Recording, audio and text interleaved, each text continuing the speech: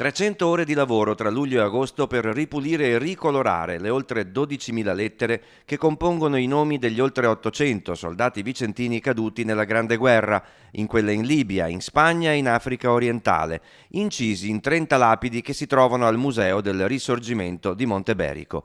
Un grandioso lavoro di cesello donato dal fante Alfonso Malandrin della sezione di Albettone, per molti anni marmista, alla memoria di tutti. Io sono italiano, no? Giusto?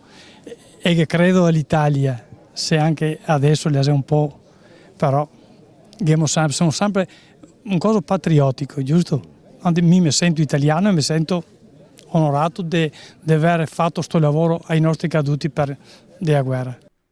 Il restauro precedente risaliva al 1998, alcuni nomi erano diventati illeggibili, indecifrabili. Da qui l'appello della vedova di Marcello Mantovani, storico fondatore nel 1945 della sezione vicentina del Fante e presidente nazionale per 18 anni nel decennale della sua scomparsa. Appello raccolto dalla sezione Fanti di Albettone. Si parla tanto di memoria storica ed è giusto che sia così, perché deve essere sempre viva in noi, per poter trasmettere ai nostri figli e ai nostri nipoti i sacrifici dei nostri padri, che hanno dato a noi oggi, e mi auguro un domani a loro, la possibilità di vivere in serenità, in pace e in democrazia. Cara democrazia, gemma imperfetta, scrive il poeta, i Fanti hanno donato alla città e ai veneti un restauro che Malandrin ha eseguito usando vari tipi di carta vetrata e utensili diamantati, come si fa con le pietre preziose.